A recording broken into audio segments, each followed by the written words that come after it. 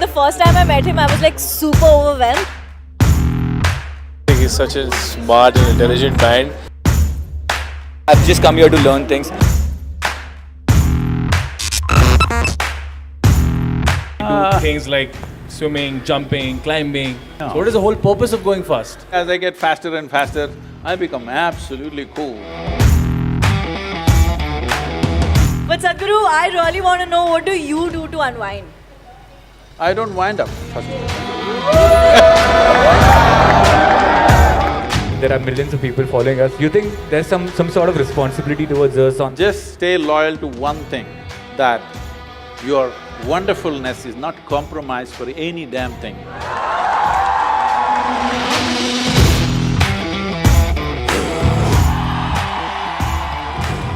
I have had the pleasure of meeting the man that I'm going to introduce on stage now before. The first time I went to meet him, I was like super overwhelmed.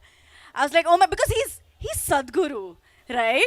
In your head, you're like, don't say stupid things, do not say stupid things. And then I went and I met him and I realized that he's literally as chill, fun, amazing like you and I. And I am super excited about this session. Are you pumped?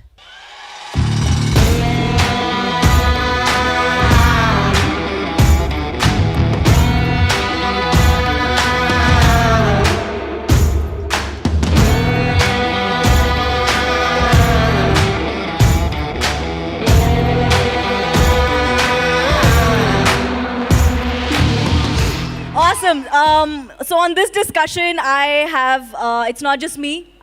This is going to be graced by two other very amazing YouTubers. So I'd like to welcome on stage Mumbiker Nikhil and YouNick. Whenever you're ready, guys, let's make some noise. What's up, guys? Once more.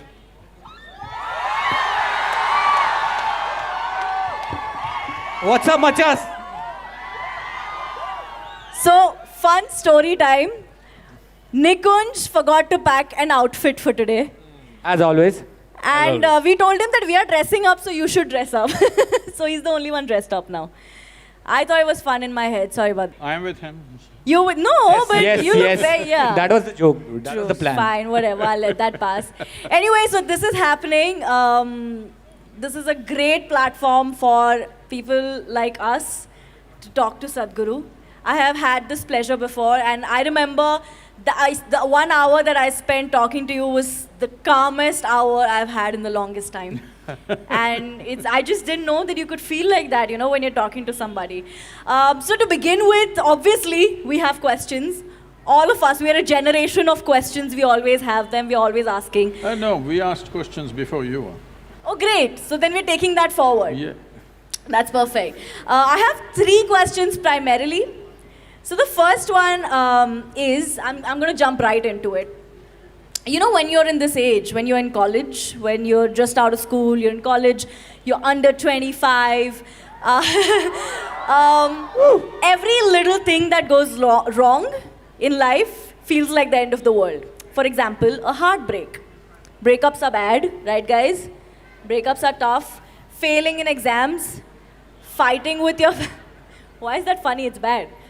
Fighting with your family, getting in a fight with your teachers, friends. And at that moment in time, it just feels like the worst thing to happen to us. And then eventually, in a few years, you get to a place where you look back and you're like, yaar, pata nahi why I was stressing over this so much. But in the time that you spent stressing over these things that went bad, you end up sort of like doing more damage. Do you get me? Do you know what I'm saying? Yeah. So what is your advice to all of us young people about this? You know, when every little thing that goes wrong in life at this age feels like the worst thing to happen to us. Namaskaram and good afternoon to all of you. Well, it's not just under 25 people doing this nonsense. Even the 60-year-olds are still doing the same nonsense. So, he was just asking me, Nikunj was asking me, or somebody else was asking me just now, why I decided to do this youth and truth and under 25, all this.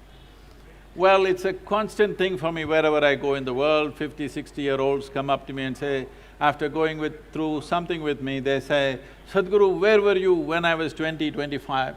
You came when I'm 60, what is the use now? So I heard this for a long time. Then I decided, okay, let me step out and meet all those people who are below 25 years of age, because youth is a certain level of energy. But the problem with youth is, by the time they figure out, by the time they bring some clarity to themselves, this energy is not a permanent thing. It will go down slowly. Well, I'm an exception. But you will see most people slowly sink. But before the energies go down, if you had clarity, this would fire you in the right way. So it's like you're in a room, you can't figure out which is the door. If you had lot of energy, you would break your head. So I thought this should happen to people as early as possible, so that's why. But what advice would you give them? What should be the thought, what can be the first thought when we feel like everything's going wrong? Well, we need to understand this. We are born here with nothing and we'll die with nothing. In between, whatever the hell is happening, you're on the profit side. No matter what is happening, you're still gaining, you can't lose.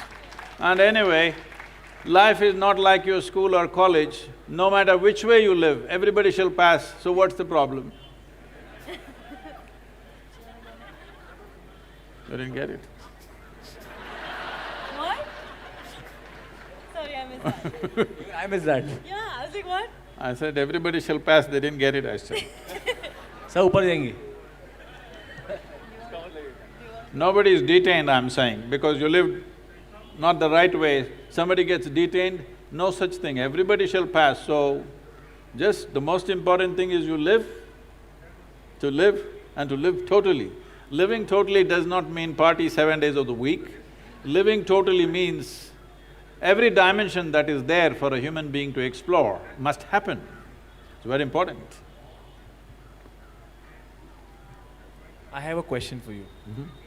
Does one get less creative as they age? And if yes, why? Not me. Most of the people. So I Most think of the people. being creative versus getting experience, that's what I feel. As they age, the family, children, problems, solution, office, money. If there are problems, you could drop them, but can you live without them? Of course not, but So- creativity. So the thing is, see people, one fundamental problem is we have created an education system where you're misunderstanding memory and information as intelligence. This is the biggest mistake we've made. This is the reason why someone who is growing up in a city looks smarter than somebody who's in the village, simply because of information. Information is not intelligence. Anyway, all these people who have some information in their head and they think they're very intelligent are going to be seriously disappointed because machine learning is coming. There will be… if you are a PhD in something, your phone will know more than the PhD. So, this pretense of having memory, pretending that memory is intelligence, has to go. Now, young and old is just a question of the burden of memory that you carry. You don't know how to carry your memory. See, we must understand this. People are not suffering their life. They are suffering two most fantastic faculties that we have, that only we have, no other creature on this planet has. One is a vivid sense of memory and a fantastic sense of imagination. So, this is all people are suffering. What happened 10 days ago, you're suffering. What may happen day after tomorrow, you already suffer. You are not suffering life, you are suffering your memory and your intelligence. When are you going to learn to handle this? Is 25 too early, you think? No.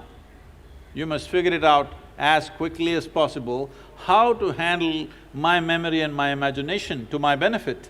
If you don't know this, 25 or 55 or 65, you will be still the same. Because 60-year-old people think they have a right to worry themselves to death. You don't have to worry yourself to death, death will anyway come. I'm saying there's no need to work for it. I'm sorry, I'm just going to budge in here. You've said that, death is going to come. No, I didn't say that, it comes anyway. It comes anyway. That's like that. It's just It's going to that- come I'm not saying you said so it's coming, but it's going to come anyway. Just that most people think other people die. No, you and me will die. But then, is that the thought you have when you are speeding in a car at Siachen? Or On a bike, actually. On a bike, sorry, On a not in a bike. car. When you are being the rider that you are, standing on your bike and you are going through like snow-clad, hilly, Say, dangerous regions. What is the thought in your mind? I want to know that. Oh, generally I have no thought in my mind. This is a very important thing, that people think thought is a big thing. Thought is not the biggest thing in your life. Thought is just recycling of the data that you already have, nothing new happens in it. So if you want to recycle your trash can, you can go on doing it, but the important thing about life is you have enhanced your sense of perception, that constantly you're drinking more life. No, I mean not the other things, okay? I mean life. You're drinking in more life all the time, so where is the room for thought? So about speed, speed is not for me, people think, is it your adrenaline?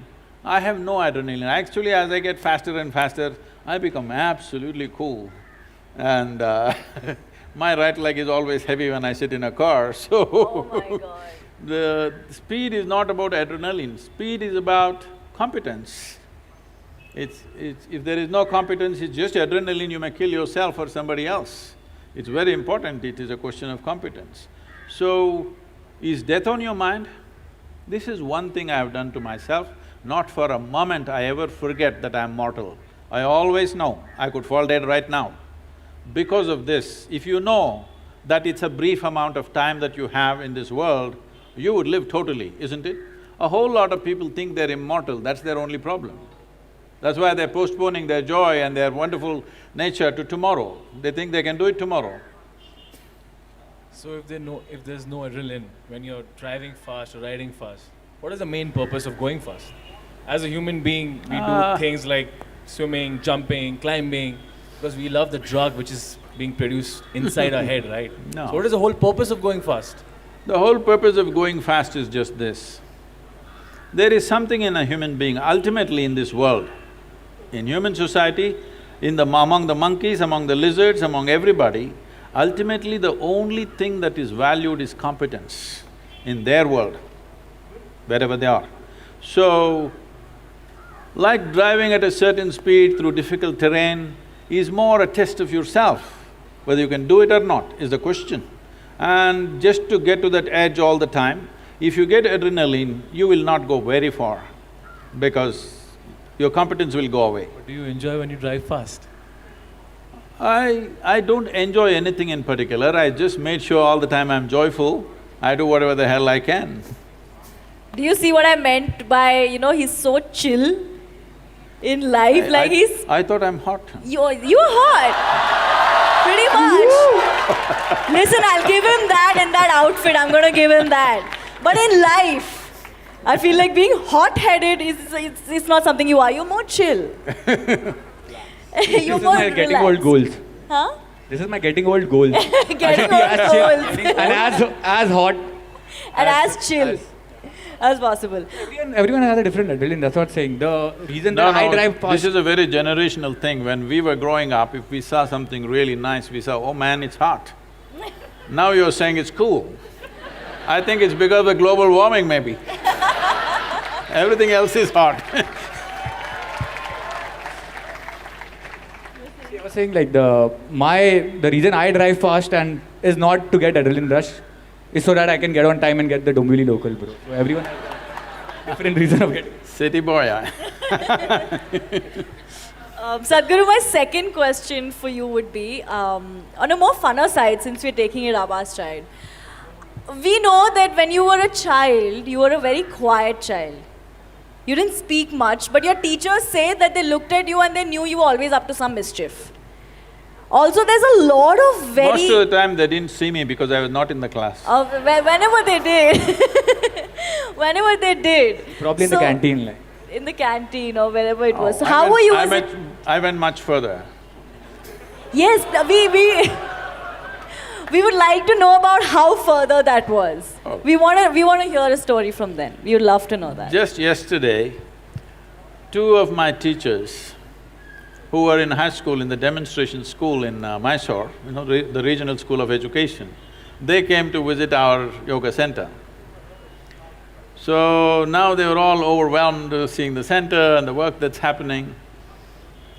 So they were asking me, one teacher did not remember my face or anything about me. I said, that's because, ma'am, you were teaching algebra and I never was there.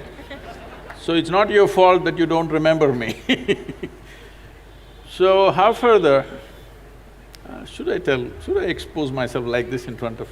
We would love to I know. would love to know. We want to know. See, for me, I found everything… Fortunately, the school was located in a place where there was a whole lot of nature, there was a lake close by and forest and everything. So for me, I got so engaged with those things. If you want to know my first venture, they put me to school at the age of 3.5. I was 3.5 years old and they put me to school because I was kind of spilling out of the house a bit. So this maid holds me by the hand and takes me and leaves me in the school. After a few days, I resisted that she can't hold my hand and take me to the class. So I made a deal with her, you have to leave me near the gate. So she left me at the gate and of course, I did not go into the school. I found the Grand Canyon, really. And I explored life and it was so fantastic. Over 3 months passed like this and somehow they discovered I have not been going to school for 3.5 months. But the worst thing they did was, when I came home, they were all accusing me, you have been playing in the gutter. They reduced a Grand Canyon into a gutter. So in my experience, it was like a Grand Canyon. I collected a whole lot of species. Maybe, I don't know, I was working for a biology PhD or something, but they made all that into trash and said, you are playing in the gutter. I thought I was the youngest guy to bunk, like I bunked school in 6th standard, but then no comparison. 3.5 years old, no one can beat that. Also, speaking of schooling and parents and careers, right now, we're in an age where there's so many different offbeat careers coming up. As YouTubers, we get this question all the time. How did you talk to your parents about it? How do we convince our parents about this really new career that we have? I want to ask you, if you had to convince your parents and tell them that this is what you… how did that discussion go? Did that happen where you had to sit them down and tell them that this is what I'm going to do for the rest of my life? I want to do YouTube now, like did that happen with you too? He's doing YouTube right now, like he's into YouTube, that's why. Well, not everybody can be convinced about everything, okay? Some things are just done. So, just to give you an example, when I passed my 12th standard, at that time it was called PUC. After that, I decided I will educate myself. I don't want to go to college. This is a family where everybody is educated. Not going to college is like sacrilege. At least today, there is a little more flexibility. Those days, it's like if you don't go to college, you're finished. Because now probably if you don't go to college, you may lose your lifestyle, but you won't lose your life. That was a generation, if you don't go to college, you lost your life, you're on the street, that's about it. So they were terrified of this. My father being a physician, he was just freaked about it. He is a very studious man, all his life, first, second, third in everything that he has done. So he couldn't believe this, that I want to educate myself. So I did one thing. And because of this, suddenly everybody thought I'm become some kind of an enemy. And they were not even talking to me properly. I did one thing. I was just to tell you, I was such a big eater. I would eat 10 times, at least 10 times of what I eat today.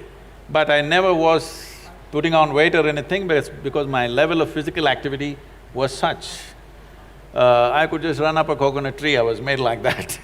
So I was every day cycling about 50, 60 kilometers, swimming in the Kaveri and going back like this, so eating this. I decided to go to the Mysore University library. Every day when they open at 9, I went, 8 in the evening they close. That entire time I sat there read all kinds of stuff. From Homer to popular mechanics, to National Geographic, to literature, to geography, this, that, whatever. Whatever came my way, every day for 1 year I read like this, just all kinds of things. But the most important thing for me was, though I was such a huge eater at that time, this 1 year I went without a meal. Morning I ate as much as I could, breakfast at home, and I went there and sat there the entire day without a meal, which was a huge achievement for me, because without food I could stay. This kind of expanded my way of looking at life. But family drama started, my mother started crying when the next academic year comes, go to college, go to college, go to college. Then I said, if I must go to college, I'll go for literature. My father said, what will you do reading poetry? You must become a doctor. He has a seat ready for me in the medical college, everything. I said, no. Then they said, okay, at least do engineering. Then I said, see, Please do engineering. if I say I don't want to be a doctor, if you told me become a veterinary doctor, Ayurvedic doctor, at least a witch doctor, I would look at it. If I say no doctor, you say engineer, I'm not going to listen to this. Your problem is society, your problem is not me. So I just went for literature, and these 3 years, I went there in the beginning and they all had ready-made notes, the teachers, they would read, and everybody writing down. Those days fountain pens, kara kara kara kara, it makes noise, it just irritated me. I said, I don't want to listen to this kara kara noise. I gave them a suggestion, if you give that notes wherever you got it, we will photocopy it and give it back to you. We don't have to come, you don't have to come. Then if I'm there, I'll ask 100 questions. So they didn't like it, then I made a deal with all the teachers that they'll give me attendance. That was my only concern. So once a month I went to college just to check if they're keeping their part of the deal. My life is so similar, yeah. So I explored the geography of Mysore district in such a way, every village track, every hill that is there, every little bird nest, whatever is there, everything I paid attention, just wandering aimlessly. But today, like when I went for the Rally for Rivers board where all the top experts are there, some questions came up when I just telling them casually, they said, Sadhguru, how do you know all this? I said, what was aimless wandering? Where I paid absolute attention to everything, from a worm to an insect to anything and everything I paid attention.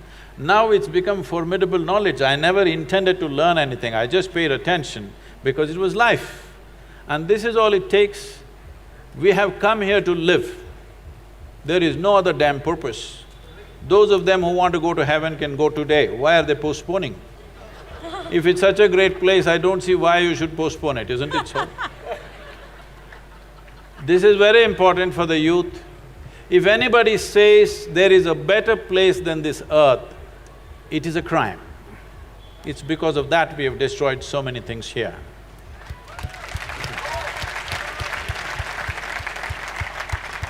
I wanted to ask you one thing, as young entertainers and as we all know that we've got YouTube channels and there are millions of people following us, you think there's some sort of responsibility towards us on how to go about it, or we should just do what we like to do? What is it that you like to do? Let's look at that first.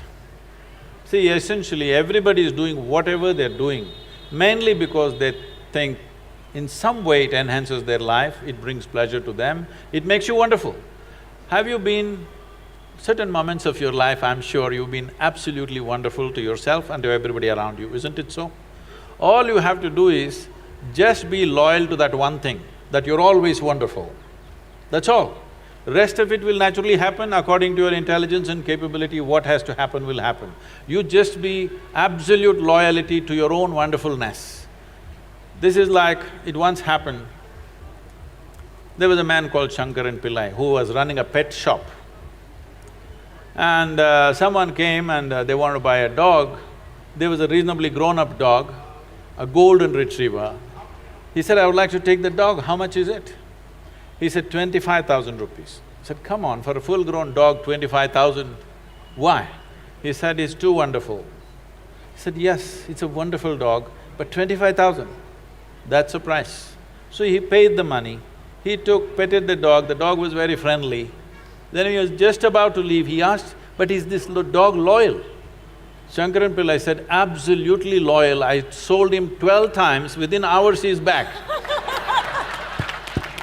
So no matter what is happening, just stay loyal to one thing, that your wonderfulness is not compromised for any damn thing. It's important. So the moral is you should be loyal and you should be unique.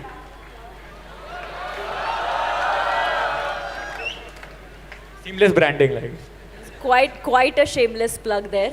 We're going to let that go. But Sadhguru, I really want to know, what do you do to unwind? I don't wind up first. Great. This is… Listen, 1 second. Prajakta, you just stop Swamiji, this. do you remember I said getting this is savage going to be replies. his answer?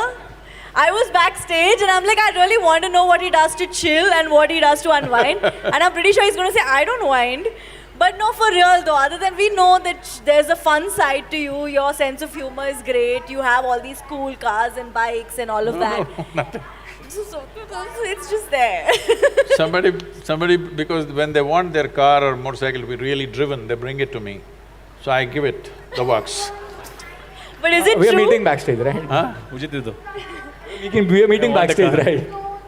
But is it true that if anything goes wrong with your bike or car, you'll not let anyone touch it and you will make sure it's okay by yourself? That was a long time ago. Now I don't have that kind of time. Awesome. I think we're going to open this up to the audience because I'm pretty sure a lot of us have a lot of questions.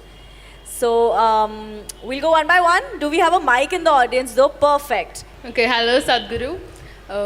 I wanted to know what is the one major difference you see between the youth of your time, like when you were young, you're still young but literal senses, and the youth of this generation, like what's one major difference, and what's that one quality you would want of that youth to be imbibed in this generation? If you ask me what's the major difference, what I saw… This is the difference. what I saw going around meeting a lot of youth of today is, during our time, we were always thinking about what we can do for this nation, what we can do for this world, how to cause a revolution about something. Always the debates and discussions were around that. But today, most youth are only talking about their own personal aspirations, which was quite… I don't know, it's amusing and also little alarming sometimes. But at the same time, it is largely because of the economic comfort you have today, which was not there at that time. That's the main reason. So if… because in this country, we're still not one nation, all right? There are people who are living in the highest level of comforts and well-beings, there are people who are somewhere in between. At least you can easily make this country into 5 layers of existence, literally. Just now, I was in Trichy this morning and I was talking to the farmers. If you look at their condition, it's a large congregation of farmers in Tamil Nadu. If you look at them and if I look at you, this is a different world altogether, it's not the same world. So because it's like this, still there are parts of India which needs some revolutionary action. There are parts of India where personal aspiration is good enough. I think it's important that there's a part of you which constantly thinks about how to cause some kind of a major difference to the larger populations. This must be there in our minds, it's important. All right, we've got time for 2 more questions, I think. And I'm not going to choose, I'm not going to be the villain here. Akshay? Hi, Jova's here. Hey guys.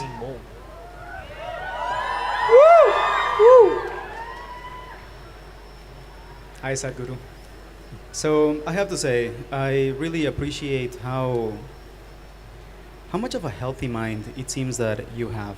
The way that you process information, the way that you experience the world, the way that you seem to be present at all times, even the way that you're putting that much of attention in me.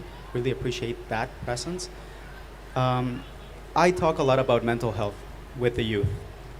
It is a word that more and more I become uncomfortable saying, because when you say mental health, you're already separating the other holistic health to one that focuses only on the mind, right? And when I talk about mental health, for me is body health, is spiritual health, and it's not only the mind, right? I wear a shirt that says breathe, because for me it's also connected to the body. My question for you is, can you talk a little bit about the connection between the mental health and the spiritual health? Because I see so many similarities in the way that you're experiencing the world, which seems in a very spiritual way, but I also don't even want to call it spiritual because it would be creating a division of how to experience the world. So, can you share some? better avoid that word because it's the most corrupted word on the planet right now.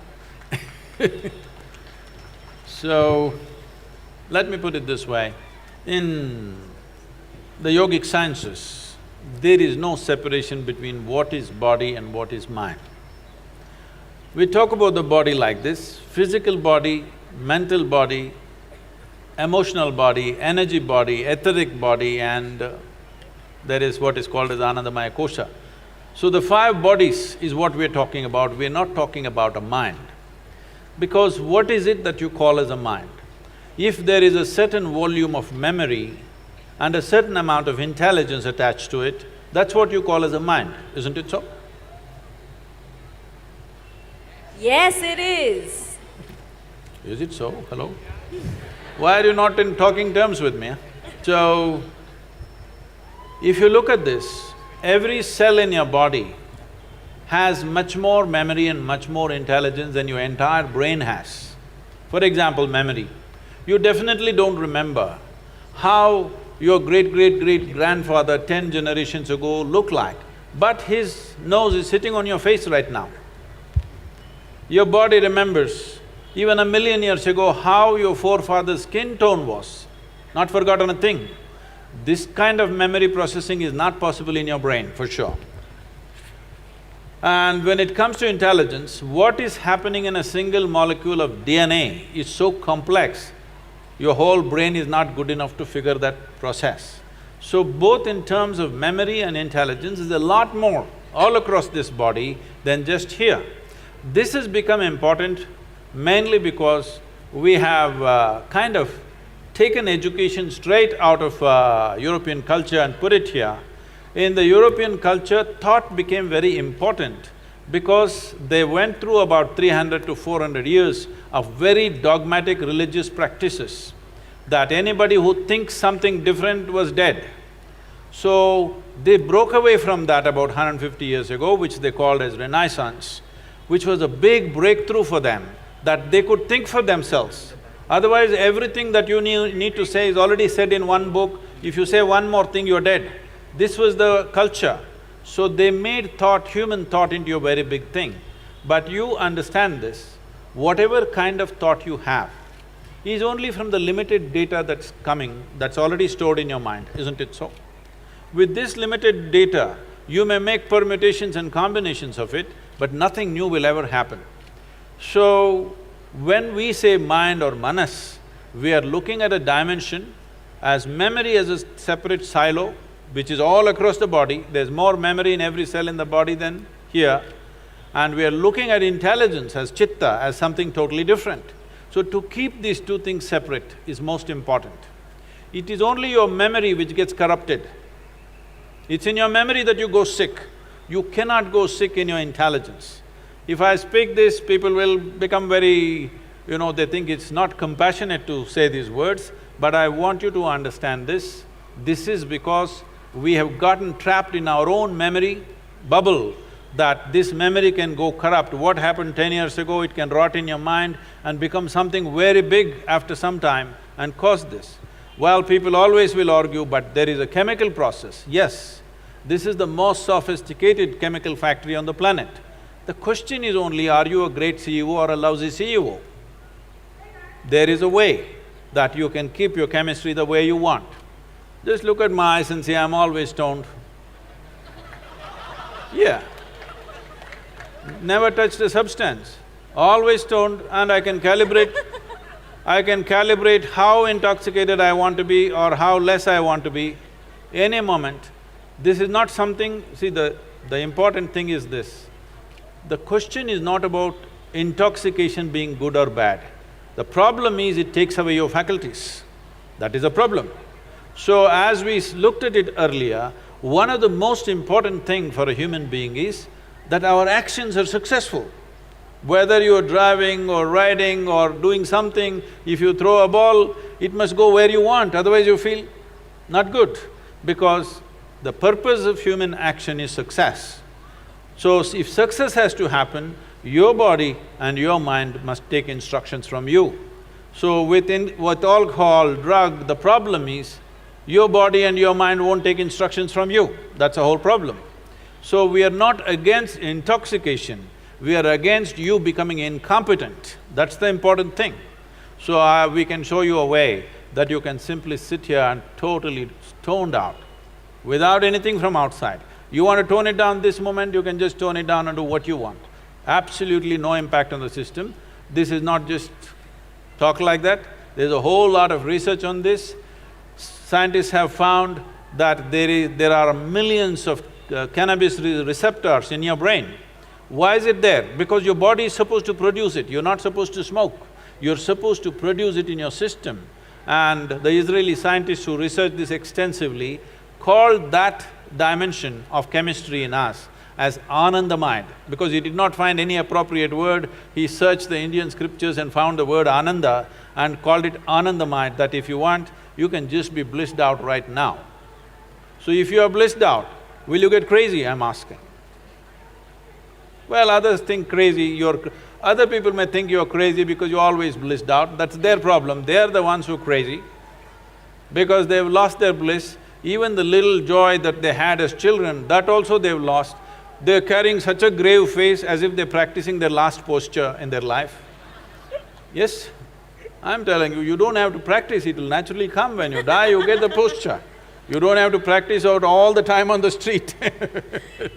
So, mental health, looking at it separately is not the best way to do it. You must look at the physical, chemical balance within the system. If this one thing you manage, being physically well, mentally well is a natural consequence. The problem with the whole kind of education we have is, we want the consequence without the process. You don't bother about the consequence. You handle the process right, the consequence will happen. Now you want… mangoes are coming already there in Bangalore? Not yet, not yet. Not yet. Mango is sweet, everybody likes to eat it, but nobody is interested in the tree. If you nurture the tree, mangoes will fall on your head, you don't have to dream about mangoes, anyway it'll come.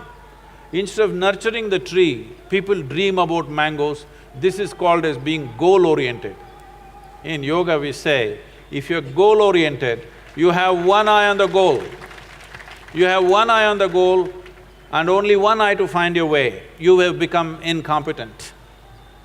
It's very important that today, this moment, whatever the hell you're doing, to do it as well as you can is more important than what will happen in the end, what will happen in the end.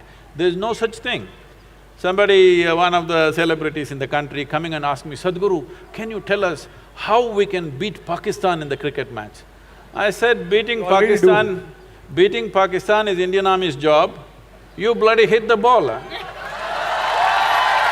How's the Josh? All right, we've got one more question right there, Akshay. Okay, by the way, guys, little piece of good news, it's not last 3 questions, we've got a lot of time on us, so it's cool, it's chill. I just want to sorry, just before taking the question, I just wanted to ask, so if you're not goal-oriented, I feel that you push your goal too. So, what do you have to say about this? It's not just the process. No. See, well, to set a direction, we have a goal, all right? Whether you want to go this way or this way, you created a goal. But that's all the job is. Once the goal has set the direction, it is a question of efficiency of walking or riding or driving or whatever the means of going there, isn't it? This will… see, everybody has a desire to win. But your desire is only a direction, your desire doesn't do anything else. A desire sets you in a certain way, desire doesn't get you to win. Every fool wants to win. But only those who play well will win, isn't it? I want to ask you one thing. What makes us a human being? You said we can get stoned whenever we want to. So what makes us a human being? And do you think greed… I thought you were already born a human being. No. What makes you a hero? That's science. What makes you a human being? You know, not the organs. Talking about what is the whole purpose. Does greed plays an important role in the evolution of a human being? And if we see the life so easily, like, you know, if you want to get stoned, so easy. Oh. No, I'm not talking about getting stoned as becoming… No. This is important. See, because till now you have understood the word stoned as sitting in some place like this, like a dead chicken. No, I'm asking. That's why Nikhil is not taking off his glares actually. Yeah, stoned. I'm talking about… I have mastered the technique also, by the way. That's why.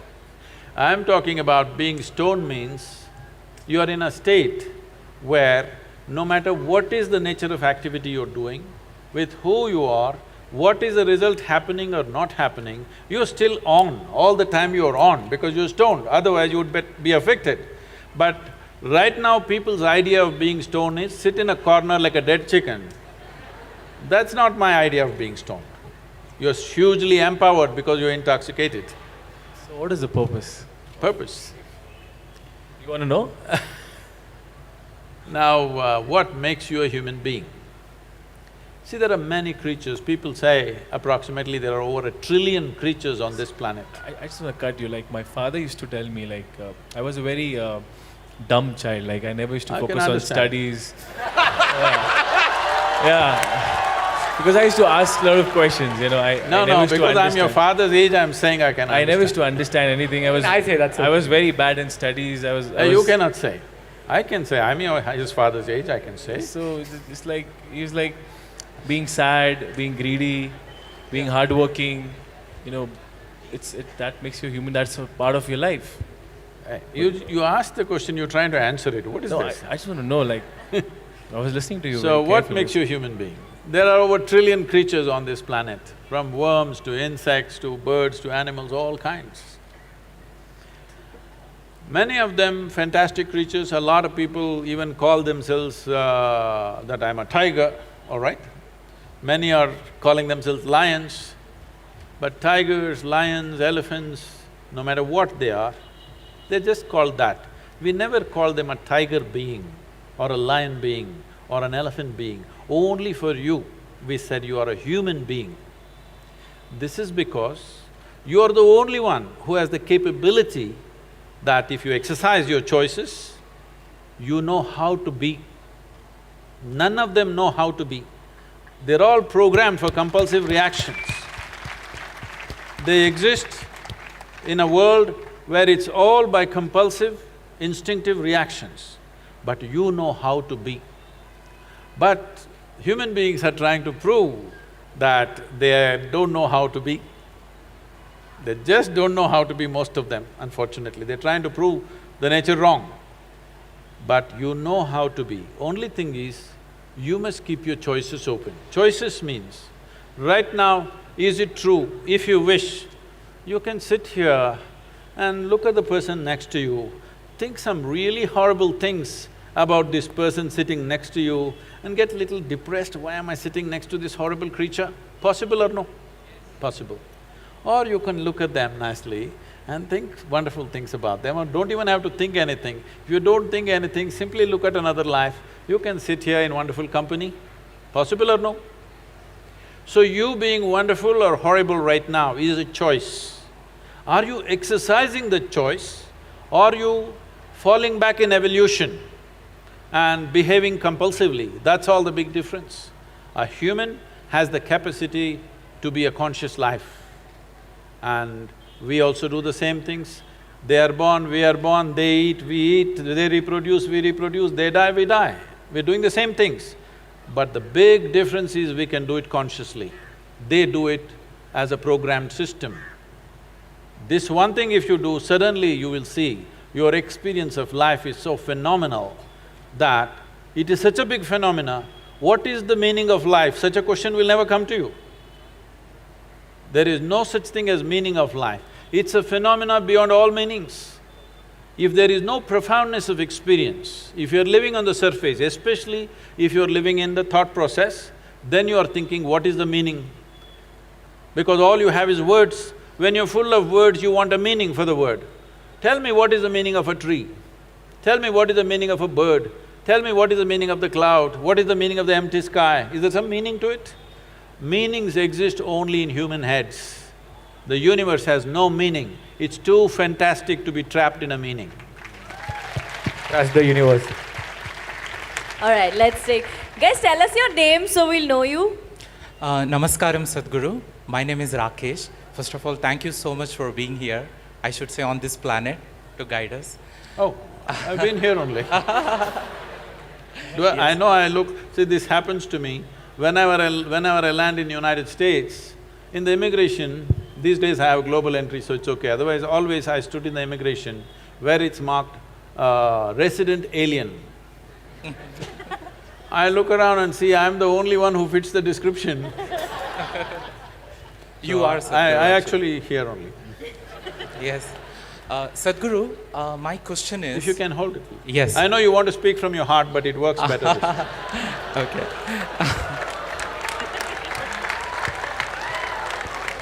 I'm quitting comedy now, right? Okay. Sadhguru, my question is, I have seen youngsters, okay, they are addicted to drugs or alcohol, they smoke, and I have even heard, okay, one of my friends telling that… This is just water, okay?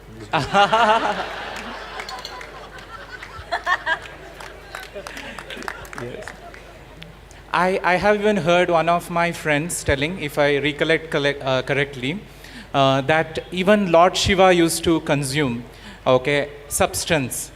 And they take it as an excuse and they imitate it, saying that even Shiva used to do it, okay, why should not we imitate it? So that is the excuse which, few of the youngsters, take it to consume the substances. So what is your advice to them? Well, everybody is these days asking, why can't all these things be made legal? Why do we have to buy it in the back street? I understand the logic, but the thing is just this. Why can't I smoke… What do you call it these days, huh? Okay, why can't I smoke up? This is what it's called? I got you. Why can't I smoke up and go to my college? The thing is just this, you can.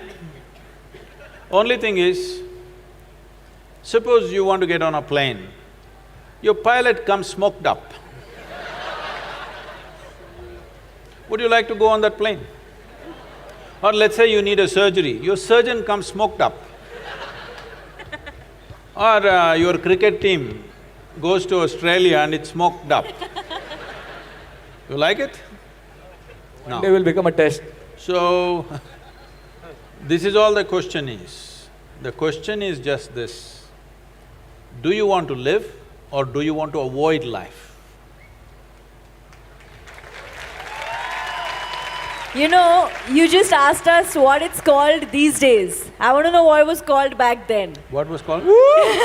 You just asked us what Smoking it is up. called these days. I want to know what it was called back then. They used to say doped up. Doped up. I think we should get that back, right? It's way cooler than smoking up. Listen, I don't know what you're talking about. All right, let's go to the next question, please. Akshay, you choose. If someone has to be murdered, it's you. Passing that parcel, we should say stop or what? Hi. Hello. Yeah. So, first of all, it's an honor to be talking to you. Okay. I have a question. What do you think is more important to a youth? Being right and staying with their point, or staying with their point, knowing that they're wrong, but admitting that they're wrong, they would be doubting their own self?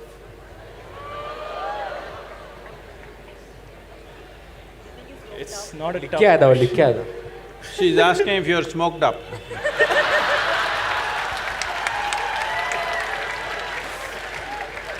No, I'm not.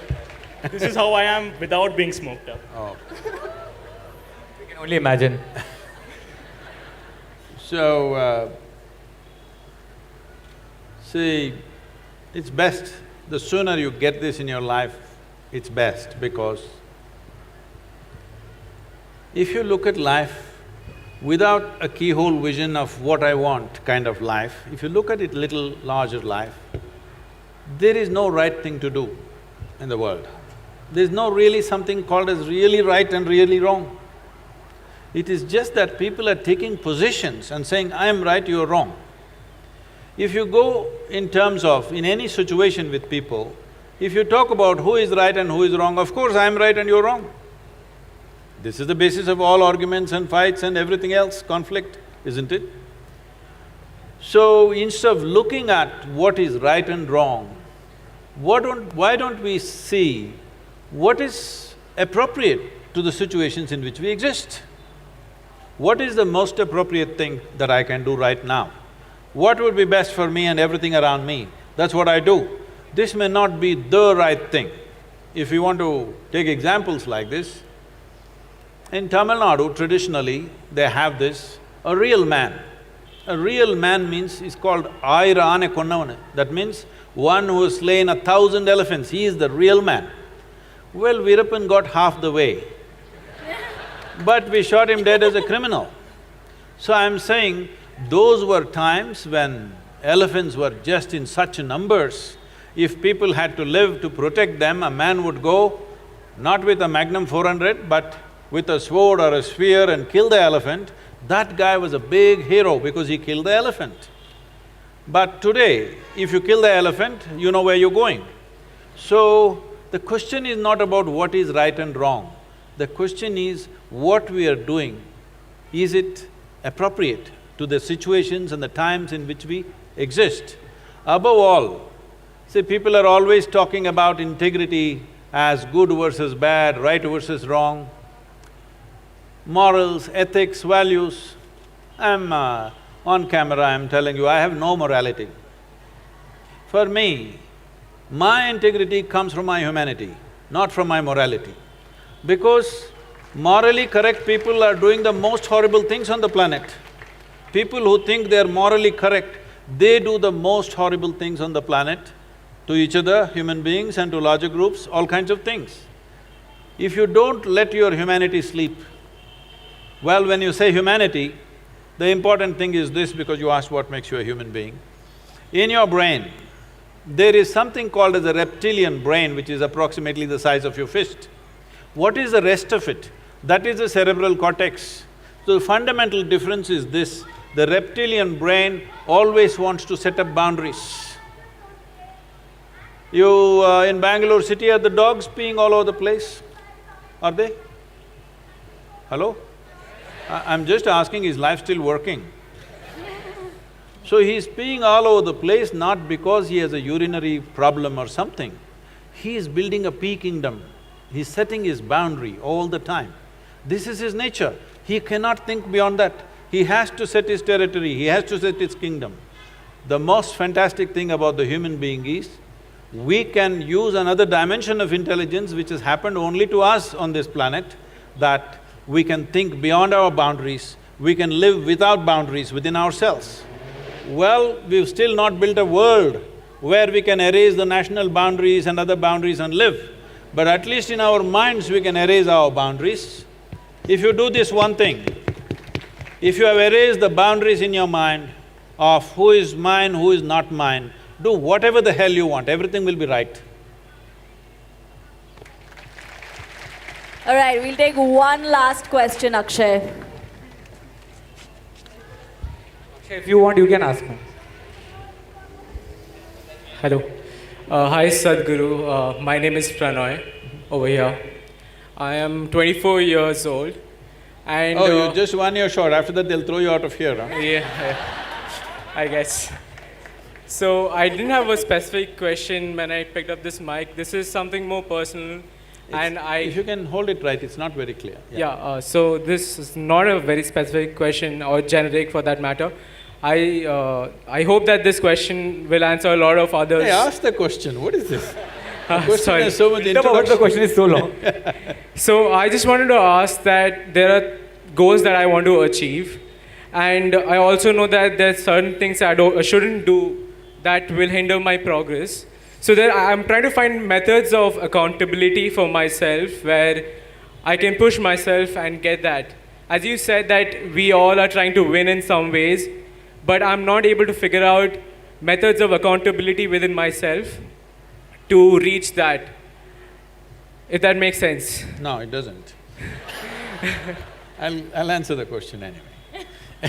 I want to break it down. I don't know if I have the similar question that I want to reach somewhere and there's few ethics of me which is stopping me to do certain things which will make me reach there faster. So yeah, ethics or morals, you can say. So what do you do about it? Should we concentrate on the goal and reach there faster, or should I hold on to my ethics and morals and let it be a little slow and be there? See, whatever you do in your lives, I'm sure each one of you will go out and do so many different things. But whatever you do, is it very important? It is relevant to the world in which we are living. Hello? Is it very important? It's relevant? Suppose you set a goal today. In next 25 years, this is where I want to be. In those 25 years, the entire situation changed, but you are still going that way because you want to get your goal. Isn't it a disaster? So everybody is thinking, my dream should be fulfilled. Let me tell you what's my blessing to you. How's the Josh? How's the Josh? My blessing to you is, may your dreams not be fulfilled. Let something that you could not dream of in your life happen to you. Because what can you dream of? I'm asking you, what can you dream of? Only a little exaggeration of what you already know, isn't it so? Can you dream of something totally, absolutely new, which is not in your experience? So you are ruling out all the possibilities of life simply because you have set a goal, because somebody is telling you, you must be goal-oriented, goal-oriented. No, you don't be goal-oriented. Constantly work on how to enhance this piece of life. It is like, you have a Maruti car, nothing wrong with it, it's a good car to go home and go to the office. But you want to race on the F1 track. Well, four wheels are going to go in four different directions.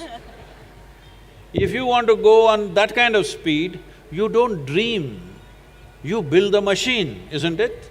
Similarly, if you really want to go somewhere in your life, you build this one. Don't worry about the damn goal. We don't know what opportunities the world will open up tomorrow morning. How do you know? Just make yourself into a fantastic human being. You will see, life opens up in a million different ways. But if you have one silly little dream and you work for it all your life, what is the point of that? So may your dreams not come true. Let something that you could not dream of happen to you. I feel like all three of us relate to this on a very personal level because Nick wanted to be a bartender. Nikhil was I was actually. He became a bartender. Nikhil was working as airline crew. I was working as a radio jockey, and I remember we have this conversation every now and then where we are like, this was the goal we had, and then nobody saw YouTube coming, nobody saw this happening, and then now suddenly we have a life where we can sit and talk to Sadhguru in person. So don't waste your life. How cool is this? This is the new dream. Don't waste your life dreaming. Keep your eyes and every damn thing that you have open and look. There are a million doorways. I think this brings us to the end of this session. Listen, again, I think the calmest hour we have spent. What do you guys think? 2 times in a row, thank you so… Yeah, I know, it's a very weird vibe. Like, I was just like, after our discussion, I remember just standing and thinking, I was like, what just happened? Did I even talk at all? Maybe I was stoned. Hey. Doped up. But thank you so much, Sadhguru. And thank you to everybody who is here. Have fun, guys. It's going to be great. We're going to take your leave. Thank you. Bye, guys. Let's do it. Check. Yeah. Okay, on that note, we'd like to get a picture with all of the panelists on stage. Would you all like a picture? Yes? So just crowd around the middle and turn around and face the cameraman. A big round of applause, ladies and gentlemen, to the panel on stage. There you go.